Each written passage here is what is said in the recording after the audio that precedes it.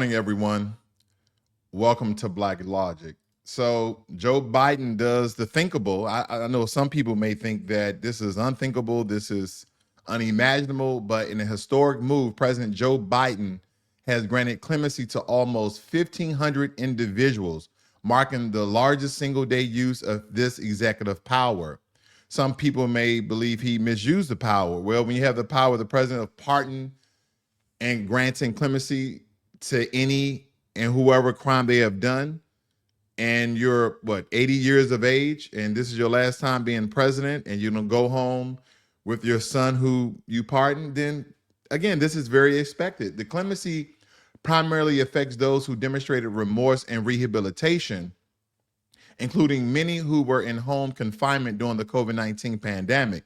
Additionally, 39 individuals convicted of nonviolent offenses received pardons. Okay.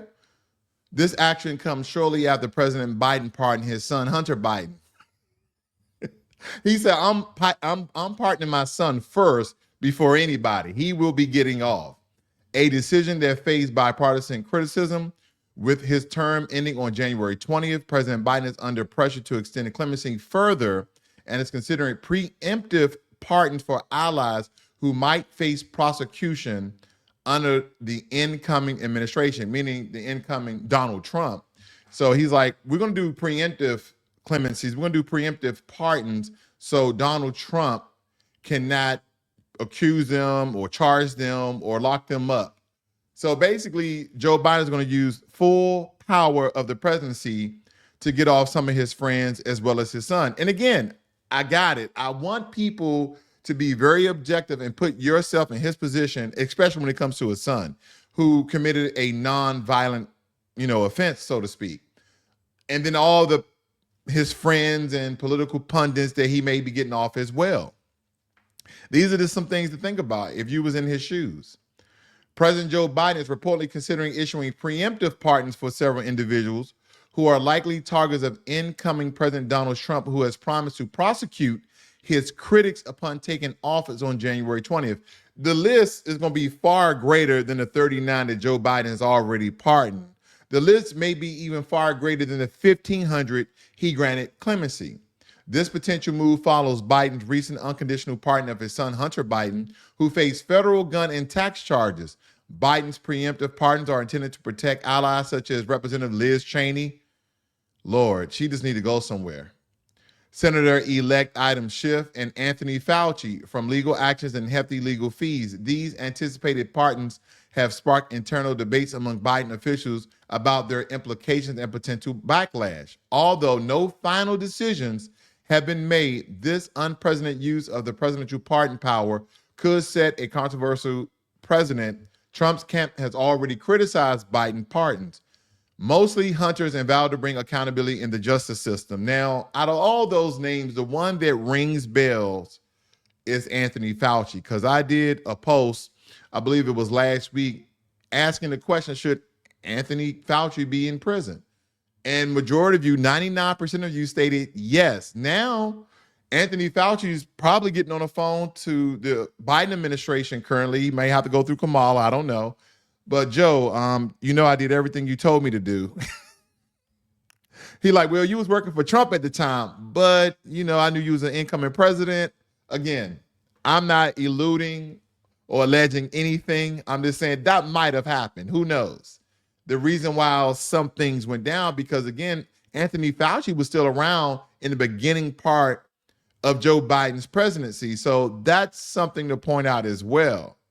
Now, I know a lot of people are happy about this. This is the second time that President-elect Donald Trump has been named Time Magazine 2024 Person of the Year. Well, first time for 2024, but, second time. The first time was, early on. It states that recognizing his significant impact on American politics, this marks the second time Trump has received this honor, the first being in 2016. His recent election victory, overcoming legal challenges and surviving assassination attempts, underscores his influence. Trump's campaign achieved notable support across diverse voter demographics, reflecting a shift in the political landscape.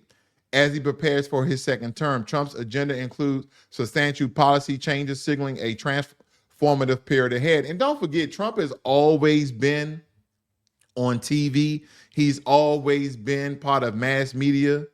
He has this whole Trump world, Trump University, Trump water, Trump shoes, Trump watches. Trump has been a very significant name in America for quite some time. So this is not surprising at all. He got it the first time he became president. Here's another thing that a lot of people are not understanding. When we think about Donald Trump, and when we talk about if Donald Trump's a bigot, if Donald Trump's a racist, if Donald Trump's prejudiced. Now, the only thing I would say is that Donald Trump was a lot of rappers' parties back in the day. Like in the early 90s, late 80s, Donald Trump was on the scene. He was at parties with beautiful women. He was, bumping elbows with some of the top people, top moguls in music and entertainment. So I don't know. I don't know what a lot of people thinking. Now, because of some of the things he's done over the course of time, will have people to sway one way or another, like the Central Park Five. But again, a lot of people are stating that he made them comments based off the evidence at the time. But I also pointed out, once the information came out that this serial rapist, because his DNA was on the scene and collecting that these Central Park Five was in prison for, X amount of years, that he then doubled down. And I think he mostly, and again, I'm not making excuses for him, none whatsoever, but did he double down on the information of why they should be prosecuted, or did he double down regardless of the information and evidence that came about? But nonetheless, Donald Trump is 2024 Person of the Year. And a lot of people well deserved. And again, are you guys still waiting on that Joe Biden statue? I know you guys been ripping that post I put in the community feed stating that someone stated that, we should have a Joe Biden statue, but you should put it in Ukraine. You guys come up with some of the most outrageous, funniest things I've been reading. I just been laughing my butt off. Thank you guys for that. I do appreciate it. Democratic senators are pressing President Joe Biden to extend temporary protections for migrants in the U.S. before his term ends, aiming to prevent millions from returning to unsafe countries after President-elect Donald Trump takes office. Discussions include renewing or redesignating temporary protected status for migrants from countries like Nicaragua, Ecuador, and El Salvador, and expediting renewals for deferred actions for childhood arrivals, also known as DACA, beneficiaries. Over 1 million migrants depend on TPS, that temporary protective status, a program Trump plans to significantly reduce. The Biden administration is considering possible measures through no final decisions have been made. So Joe Biden is basically trying to part and protect millions of illegal immigrants in the country. And if you guys don't recall, believe it was last week or earlier this week, I did a broadcast about undocumented and unafraid. They literally have an organization. They literally have a group. They're literally marching in the streets in the United States of America stating that we are illegal and we are unafraid. There's nothing you're going to do to us. Yesterday, I showed you guys a clip with a white supremacist and a Hispanic, dark melanated hue female reporter. And he called her the N-word this day. And somebody like, watch him out. I ain't watching my mouth. You guys on my property. And we're going to get all you immigrants out of here. And I made a correlation with Black Americans. You guys should really check it out. But maybe you'll understand my stance on that either way. But again, what people don't understand is that Black Americans, foundational Black Americans, we are against illegal immigration. We are against illegal immigration. We are against illegal immigration. Illegal, illegal, illegal. You can say undocumented, you can say aliens, whatever your case, we are against it. And I've had guests on my broadcast here to not only double down, but triple down on those sentiments. So again, we're not for this whole liberal democratic thing. Believe it or not, even though Black Americans vote Democratic, and I know this is totally contorted, even though that a lot of Black Americans, not myself, vote Democrat majority, but we have conservative mindset. If you just ask us questions about religion, if you ask us questions about family, If you ask us questions about hard work, going to school, believe it or not, a lot of us, and I'm just going to be very ambitious. Over 90% of us believe in the traditional family, believe in working hard, believe in the betterment of America. This is our country. So I want you guys to really think about that, because a lot of people think that Black Americans are anti-American. No, we're just anti-white supremacy that has infused itself in the very foundation of America. Some people believe that racism still don't exist.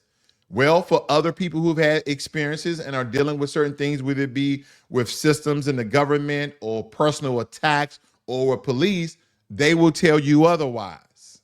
Okay? Again, there's smoke, there's fire. On January 4th, 2024, approximately 950 pages of court documents were unsealed, revealing the names of about 150 individuals associated with Jeffrey Epstein. These documents emerged from a defamation lawsuit filed by Virginia Gaffrey against Maxwell in 2015. The unsealing was ordered by a federal judge in New York, aiming to provide transparency regarding Epstein's extensive network. So let's look at some of these high-profile names. Bill Clinton.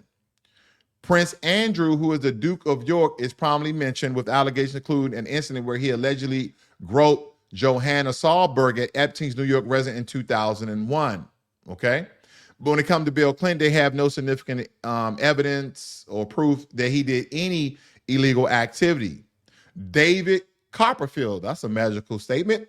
The renowned magician is listed among Epstein's associates through the nature of their connection remains unspecified in the documents. Other notable individuals are Donald Trump, who we know is about to be the president, the 47th president of the United States of America. Naomi Campbell, the British supermodel, is among these associated with Epstein. No allegations of misconduct, as well as with Donald Trump, no allegations of misconduct. Alan Dershowitz, the attorney who represented Epstein in 2006, is named, though he has denied any involvement in Epstein's criminal activities. It states that the release of these documents have reignited discussions about Epstein's vast network and the extent of his connections with influential individuals. Many of these names have publicly denied any involvement or knowledge of Epstein illicit activities. Of course, like, even if you are guilty, you're like, I don't know anything that was going down when I was in the island. I heard noise in the room over there with the door slightly closed that I could see, but I couldn't see images. And I knew that young kids went in there and there was some other people in there, but I couldn't see. It was so dark. I'm not alluding to anything. Authorities continue to investigate Epstein's operation, focus on potentially co-conspirators and enablers. The unsealed documents are expected to play a crucial role in these ongoing inquiries, providing insights into Epstein's relationships and the mechanism that facilitated in his crimes. Do I believe that everybody who went to Epstein's island engaged into underage minor sexual activity? No. Do I believe that everyone that went to Epstein's island is aware or have knowledge of or evidence or proof of sorts that those things were going down?